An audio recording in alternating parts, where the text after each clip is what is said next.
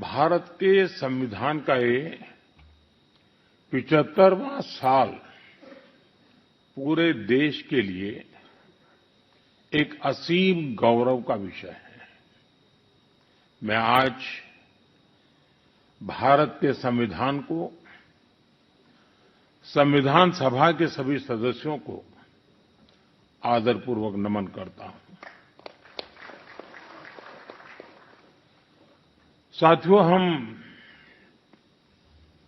लोकतंत्र के इस महत्वपूर्ण पर्व का जब स्मरण कर रहे हैं उस समय ये भी नहीं भूल सकते कि आज मुंबई में हुए आतंकी हमले की भी बरसी है। इस हमले में जिन व्यक्तियों का निधन हुआ उन्हें मैं अपनी श्रद्धांजलि देता हूं। मैं देश का ये संकल्प भी दोहराता हूं कि भारत की सुरक्षा को चुनौती देने वाले हर आतंकी संगठन को मुंह तोड़ जवाब दिया जाएगा।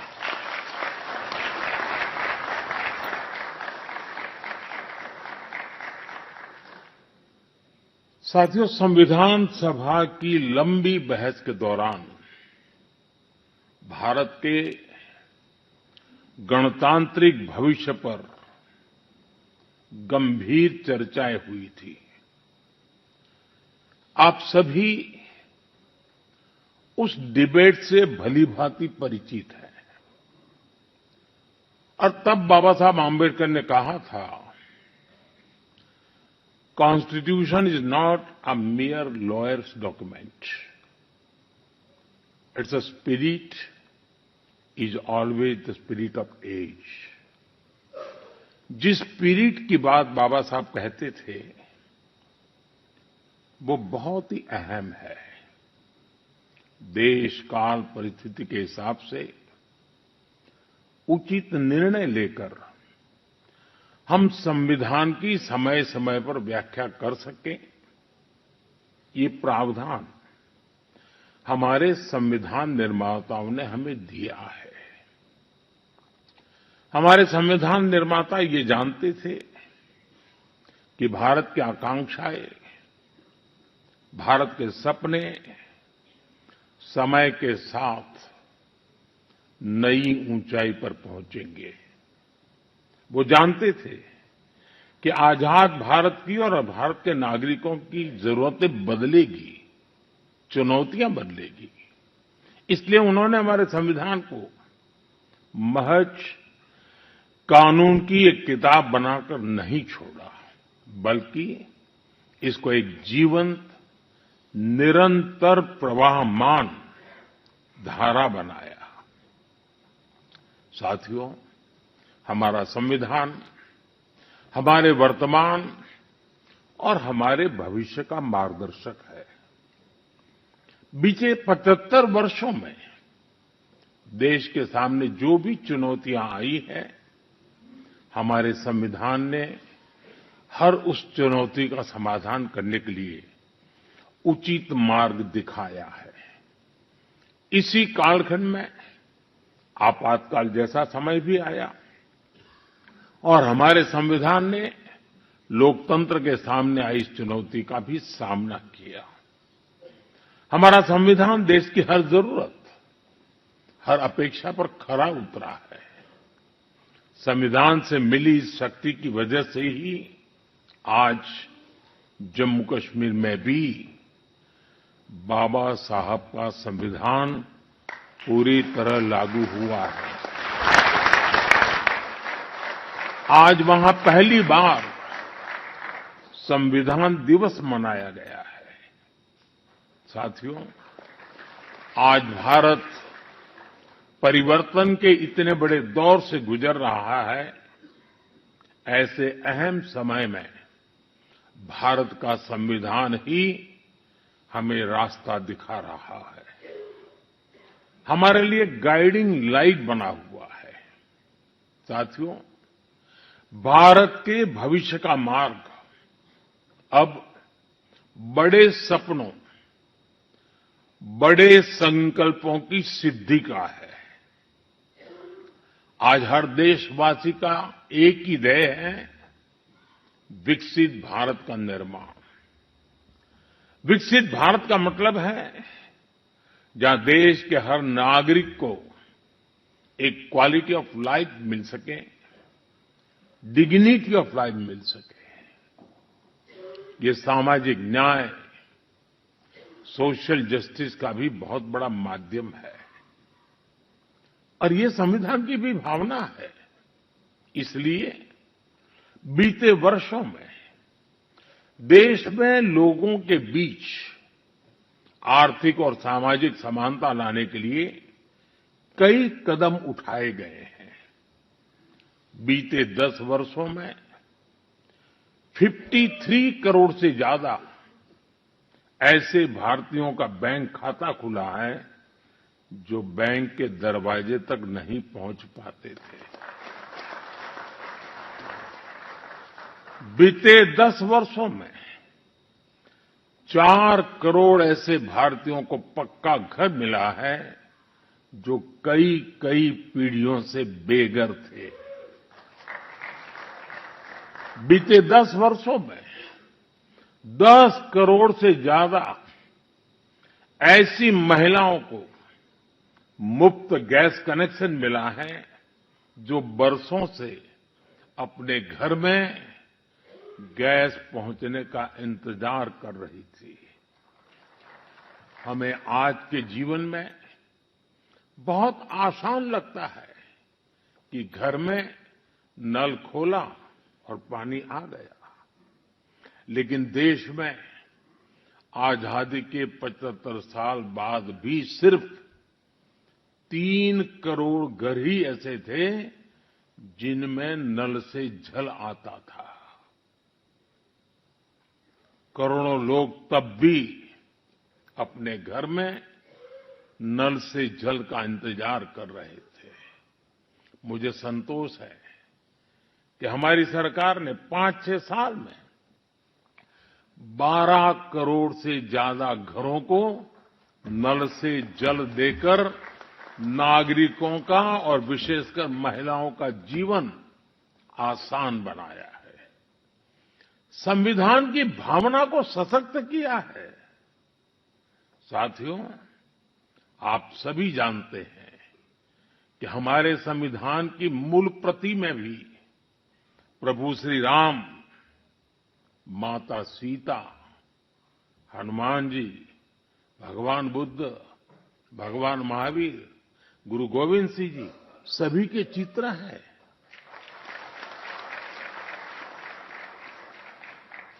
भारत की संस्कृति के प्रतीक इन चित्रों को संविधान में इसलिए स्थान दिया गया ताकि वो हमें मानवीय मूल्यों के प्रति सजग करते रहे। ये मानवीय मूल्य आज के भारत की नीतियों और निर्णयों का आधार है। भारतीयों को त्वरित न्याय मिले, इसके लिए नई न्याय संहिता लागू की गई है। दंड आधारित व्यवस्था अब न्याय आधारित व्यवस्था में बदल चुकी है। महिलाओं की राजनीतिक भागीदारी बढ़ाने के लिए नारी शक्ति बंधन अधिनियम का ऐतिहासिक निर्णय हुआ है। हमने थर्ड जेंडर को उनकी पहचान और उनका हक दिलाने के लिए भी कदम उठाए हैं। हमने दिव्यांगजनों के जीवन को आसान बनाने के लिए भी व्यवस्थाएं बनाई हैं। साथियों, आज देश का बहुत ज्यादा जोर देश के नागरिकों की ईज ऑफ लिविंग पर है। एक समय था जब पेंशन पाने वाले सीनियर सिटीजन्स को बैंक में जाकर साबित करना होता था कि वो जीवित है। आज सीनियर सिटीजन्स को घर बैठे ही डिजिटल लाइफ सर्टिफिकेट्स की सुविधा मिल रही है। करीब-करीब 1.5 करोड़ सीनियर सिटीजन्स अब तक इस सुविधा का लाभ उठा चुके हैं। आज भारत वो देश है जो हर गरीब परिवार को 5 लाख रुपए तक के मुफ्त इलाज की सुविधा देता है। आज भारत वो देश है जो 70 वर्ष से ऊपर के हर बुजुर्ग को फ्री हेल्थ केयर की सुविधा देता है। देश के हजारों जन औषधि केंद्रों पर आज 80% डिस्काउंट पर सस्ती दवाइयां मिल रही हैं। एक समय में हमारे देश में इम्यूनाइजेशन की कवरेज भी 60% से भी कम थी। करोड़ों बच्चे हर साल टीकाकरण से छूट जाते थे। आज मुझे संतोष है कि अब मिशन इंद्रधनुष की वजह से भारत में इम्यूनाइजेशन की कवरेज 100% पहुंच रही है। आज दूर सुदूर के गांवों में भी समय पर बच्चों का टीकाकरण हो पा रहा है। इन प्रयासों ने गरीबों की, मध्यम वर्ग की बहुत बड़ी चिंता कम की है। साथियों, आज देश में कैसे काम हो रहा है उसका एक उदाहरण एस्पिरेशनल डिस्ट्रिक्ट अभियान भी है। देश के 100 से अधिक ऐसे जिले जिन्हें पिछड़ा कहा जाता था, हमने उन्हें एस्पिरेशनल डिस्ट्रिक्ट माना और वहां हर पैरामीटर में विकास की गति तेज की गई है। आज देश के अनेक एस्पिरेशनल डिस्ट्रिक्ट दूसरे जिलों से बहुत बेहतर कर रहे हैं। अब इसी मॉडल के आधार पर हमने एस्पिरेशनल ब्लॉक प्रोग्राम भी शुरू किया है। साथियों, लोगों की रोजमर्रा की जिंदगी से परेशानियां खत्म करने पर भी आज देश का बहुत ज्यादा जोर है। कुछ साल पहले तक भारत में 2.5 करोड़ घर ऐसे थे जो शाम होते ही अंधेरे में डूब जाते थे। उन घरों में बिजली कनेक्शन ही नहीं था।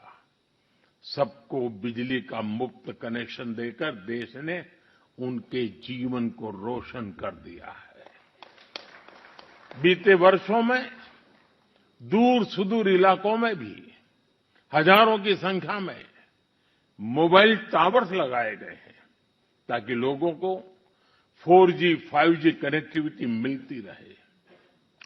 पहले कभी आप अंडमान या लक्षद्वीप जाते थे तो वहां ब्रॉडबैंड कनेक्टिविटी नहीं मिलती थी।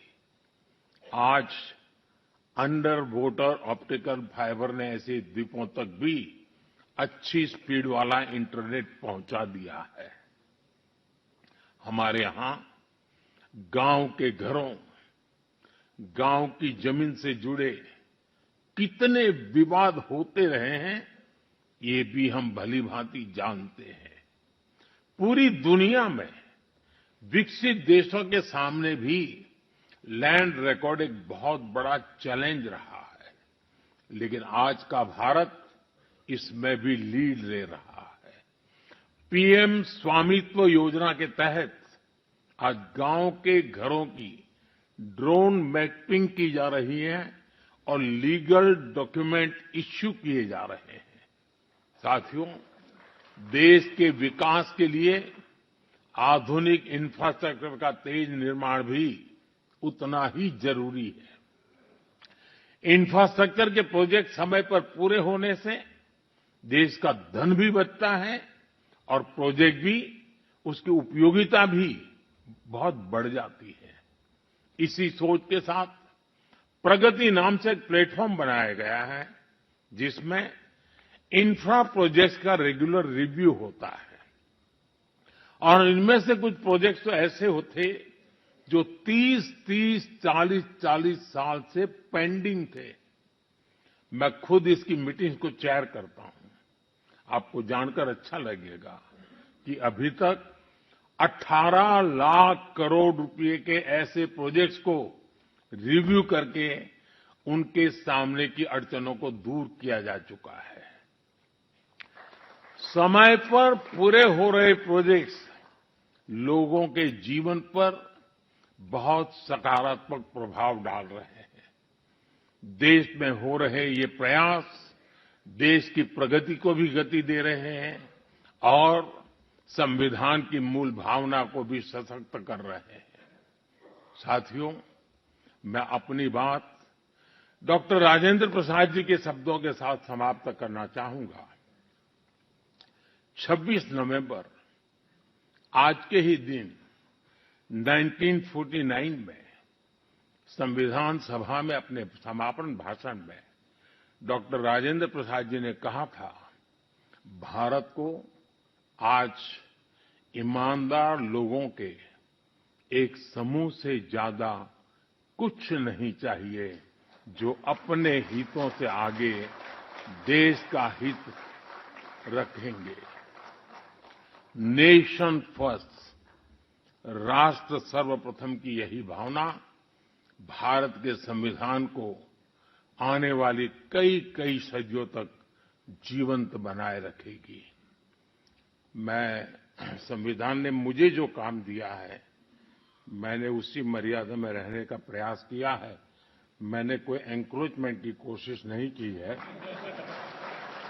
क्योंकि संविधान ने मुझे वो काम कहा, इसलिए मैंने अपनी मर्यादाओं को संभालते हुए अपनी बात को रखा है।